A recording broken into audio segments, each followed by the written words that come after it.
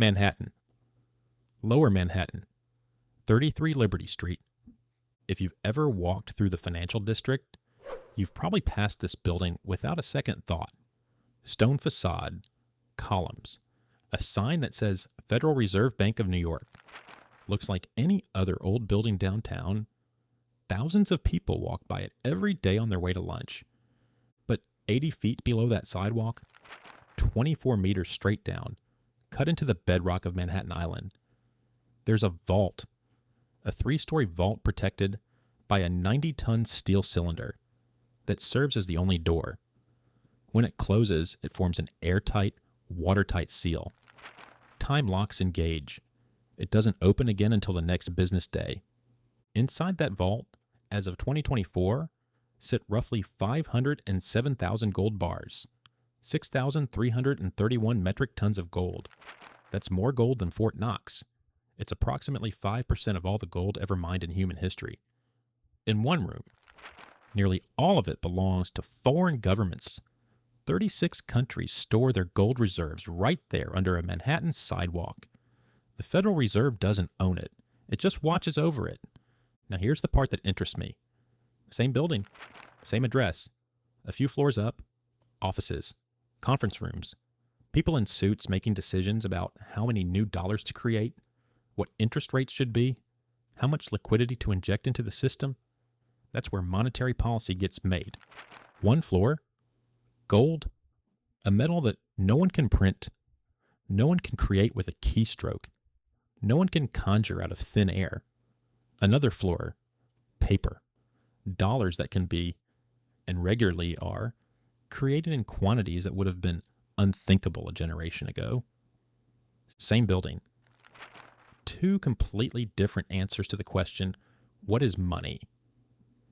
And for themselves, for their own reserves, they chose the one in the basement. Later in this video, we'll look at what happened when one country asked for its gold back and was told no.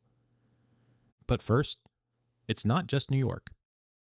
In 2022, 2023, and 2024, central banks around the world bought more gold than in any 3-year period on record.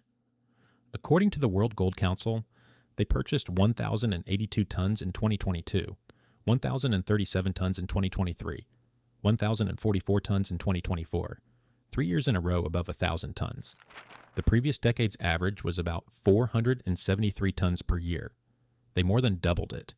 Over 40 countries participated, not just the usual suspects.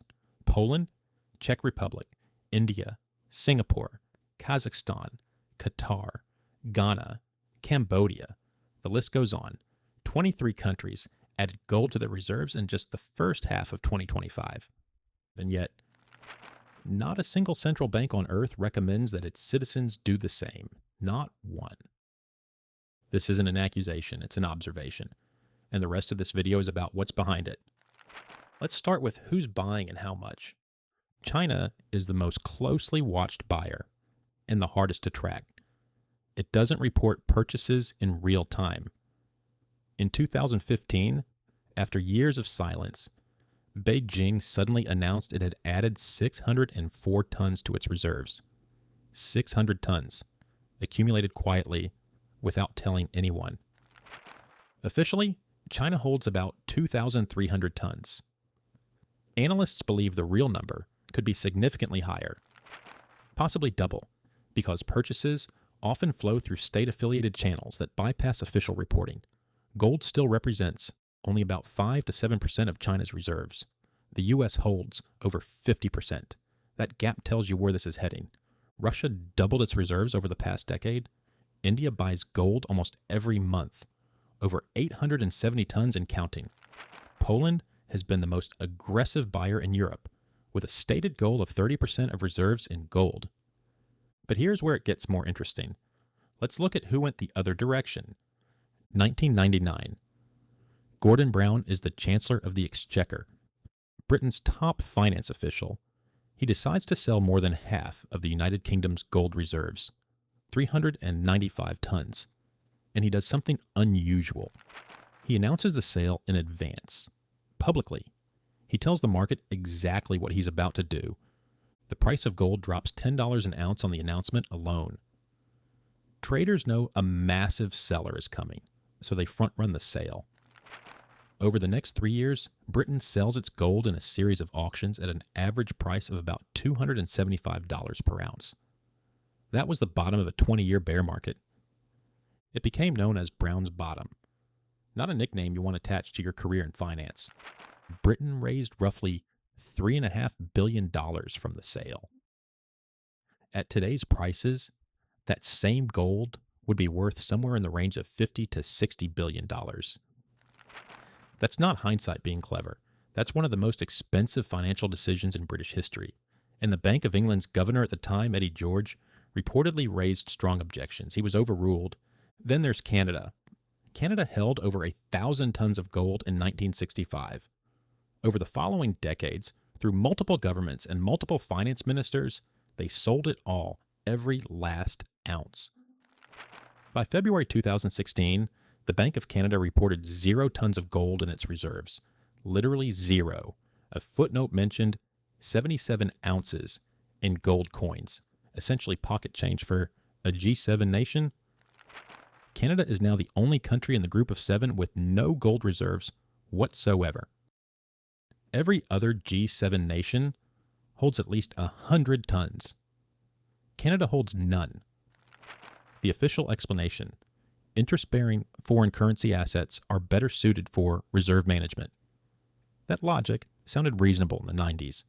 In a world where $300 billion of sovereign reserves can be frozen with a phone call, and we'll get to that, it sounds considerably less reasonable today.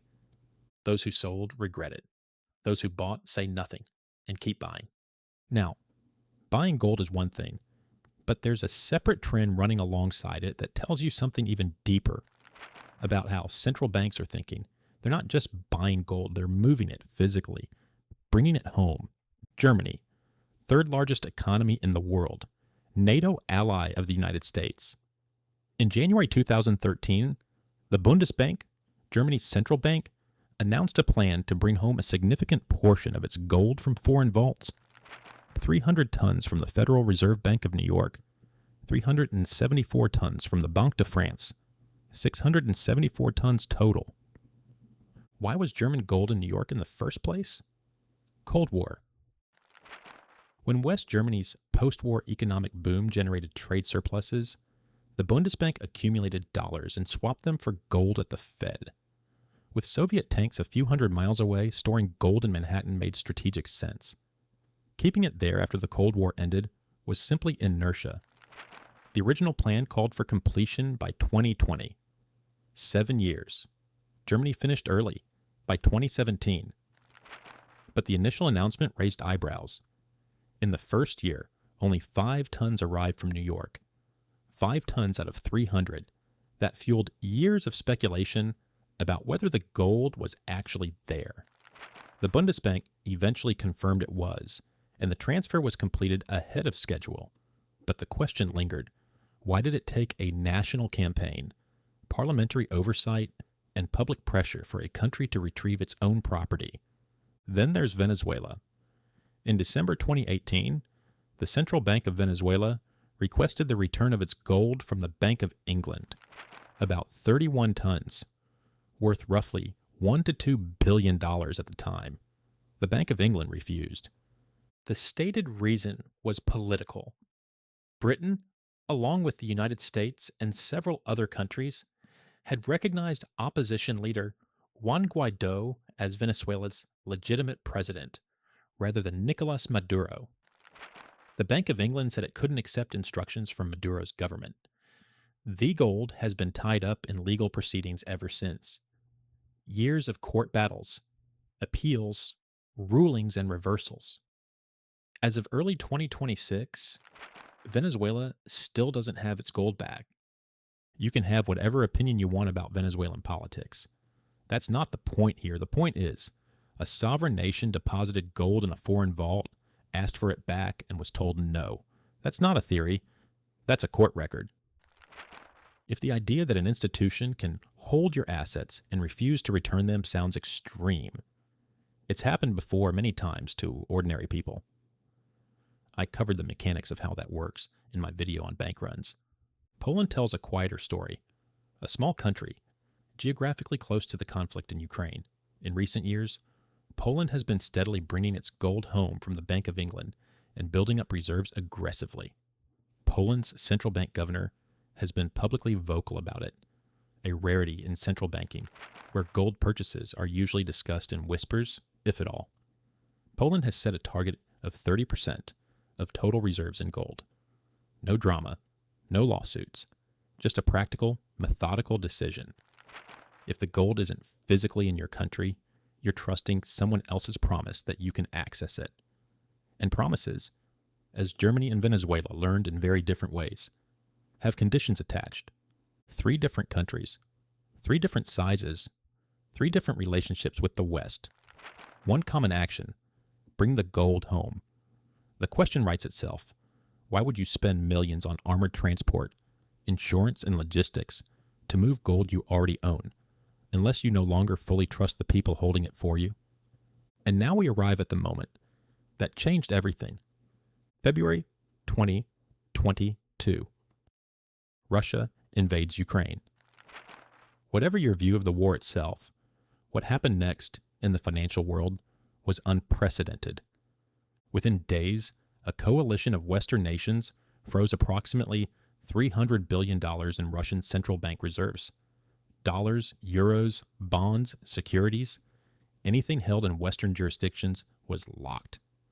Russia's finance minister confirmed the number publicly, about $300 billion out of a total of $640 billion in reserves. Roughly half. Gone, not confiscated technically, but frozen. The money exists on a screen somewhere. Russia cannot touch it. This was, by any measure, the most significant financial sanction in modern history. Never before had a major economy's sovereign reserves been frozen on this scale, this fast. Now, again, this isn't about who's right or wrong in the conflict. This is about what every other central bank on the planet saw when it happened. And what they saw was this: reserves held in someone else's jurisdiction are not your reserves. They are reserves you're allowed to use, until you're not. Treasury bonds in a foreign depository are not your asset. They're an asset that requires someone else's permission to access.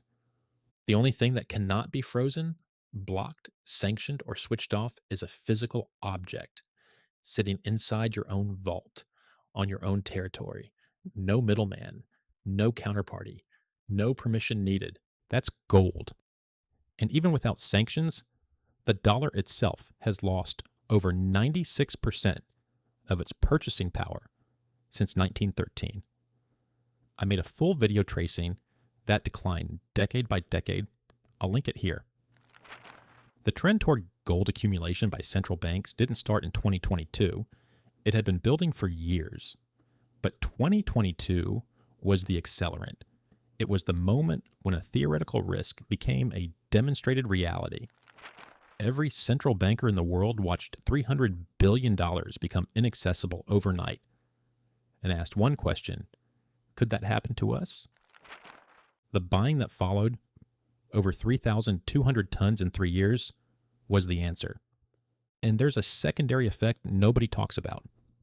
According to a 2024 survey by the World Gold Council, 68% of central banks now keep most of their gold within their own borders, up from about 50% in 2020.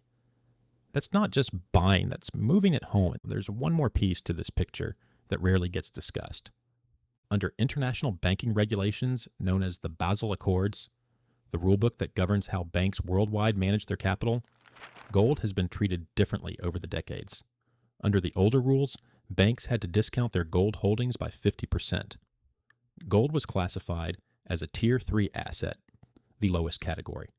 It was treated more like a commodity than a monetary instrument. That changed. Under the Basel III framework, physical gold held in a bank's own vault is now classified as a Tier 1 asset with a 0% risk weight. Banks can count their gold at full market value toward their core capital reserves. Under the old rules, They had to cut it in half. This didn't happen with the press conference.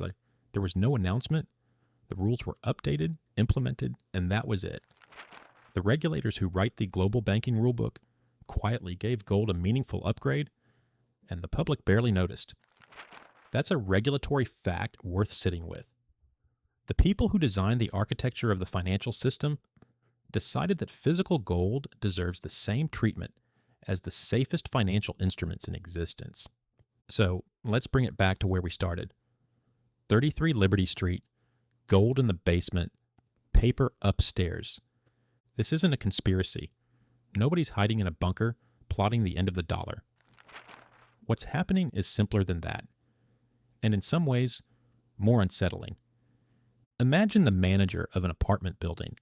He tells every tenant the fire alarm system works perfectly. Inspections are up to date. Nothing to worry about. And you believe him? He's the expert. He knows the building better than anyone. Then one day you notice he's been quietly buying fire extinguishers and storing them in his own office. Not in the hallways. Not in the common areas. In his office. Does that mean the building is going to burn down tomorrow? No. But it means the person who knows the most about the wiring is hedging in a way he hasn't told you about. He's assessing risk differently than his own reports suggest. That's what central banks are doing. They manage the monetary system from the inside. They see the balance sheets. They know the debt levels. They understand the structural vulnerabilities better than anyone alive. And with all of that knowledge, they're stockpiling the one asset that exists outside the system they run. Not in small amounts, in thousands of tons. They're not doing this with words. They're not publishing reports recommending gold. They're doing it with action, quietly, consistently, year after year, over 1,000 tons per year. An ordinary person can't buy 1,000 tons of gold. But an ordinary person can notice what the people who print the money choose to hold instead of the money they print. And an ordinary person can ask a very simple question. If the people who run the system are hedging against the system, what does that tell you about the system? Gold in the basement, paper upstairs. The choice has already been made, just not by you. If you want to understand what people in power actually do with their money, not what they say about yours, subscribe. I'll see you in the next one.